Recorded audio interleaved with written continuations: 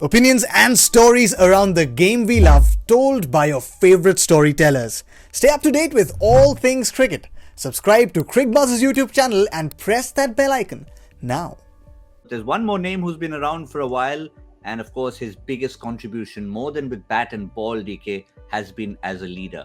Kieron Pollard has played that kind of role. Of course he's got the impact with bat down the order, but I think his leadership would be number one even before his batting.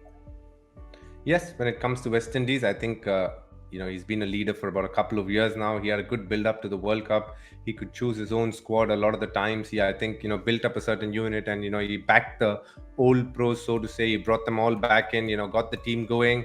But he's tried his best. He's backed old horses, but unfortunately for him, things have not gone as he would have wished. When it comes to his batting as well, this World Cup obviously he's not been at his best. So I'm sure when he goes back and reflects on what has happened this World Cup, that would be the 2 points that he would be discussing, which way to go, whether to obviously, bring in a completely fresh set of faces, or back a few of the pros who have done well this time around and hold on to them and probably let go of a few others. And most importantly, where does he need to bat to get the best out of himself? At the fall of which over should he be going in? That's something that he needs to discuss. Sometimes, unluckily for him, he's batted a little low because the wickets haven't fallen. But I think he is somebody who can definitely contribute in a big way. He's very imposing as a player. So I'm sure he'll go back, look at his leadership qualities, and also figure out where he needs to bat and how he needs to go about his batting as well. Interesting point, DK made, Zach, because I've observed Pollard over the years, and one has seen him a little bit different from a franchise at home, where he tends to impose himself a little bit more with Trinbago, and even before that, the other franchises. He likes to pad up. Openers are going out. You'll always see 3 people come out with pads on. Opener 1, opener 2, Kieron Pollard. He's ready to go in at any point. Doesn't necessarily do that for the West Indies, and a lot of people feel he should. Well, I think when you look at that West Indies lineup, there are enough power hitters. You have someone like Russell also around. You have Pooran, you have Hetmeyer. So that team is actually packed with power hitters, and you use them tactically. So that is something which I'm sure must be the planning. And also, generally, if you look at Kieron Pollard and his captaincy style, he likes to be aggressive. He likes to be ahead of the game, and have a specific plans for specific situations. So that is something which always works on. And when you are a leader, you are actually thinking about the team constantly. So sometimes your game takes a backseat. Sometimes as a leader, you want to give opportunities, or you want to face the tough situations. So that's the call you're always making, and it's about judging which is the tough situation.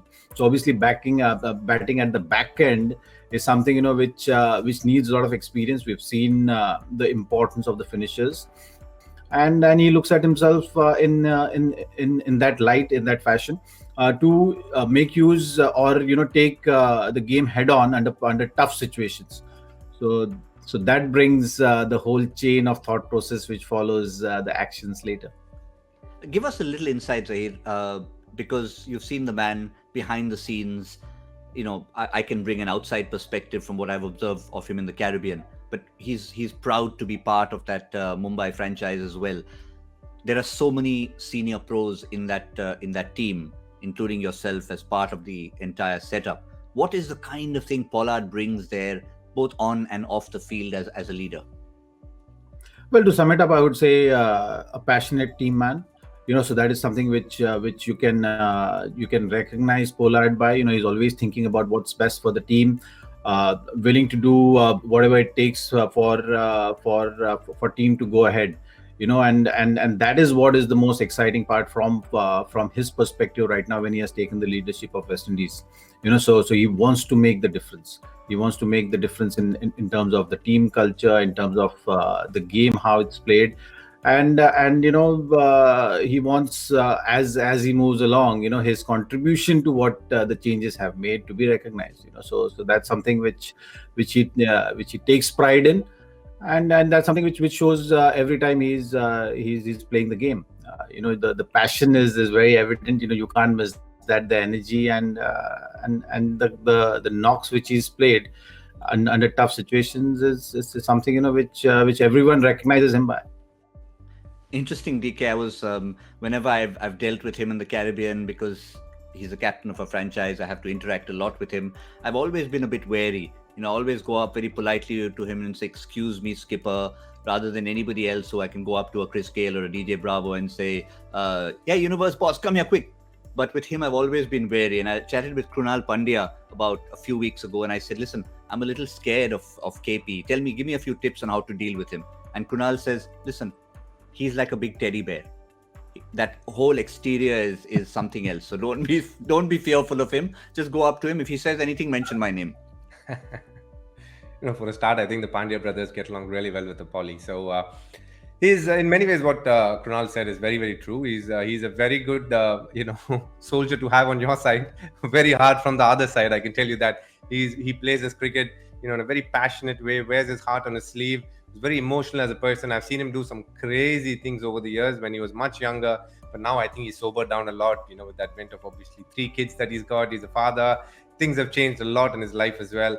But you can see he's a solid leader, an upstanding citizen for Caribbean cricket. And he's somebody who obviously a lot of the young boys from the Caribbean trust in him. You take the Purans, you take the Narayans, they look at him as an elder brother. 2 elderly brother figures that they keep looking up to is Dwayne Bravo and Kieron Pollard. So he has his heart in his right place, always looking out for these youngsters. Akil Hussain also. So all of these guys really trust in him, and he's built that, wall of trust, and that in many ways a sort of fort where all these boys live in a very close manner. They have a very brotherhood sort of a feeling amongst them, and he's really well respected and well loved there.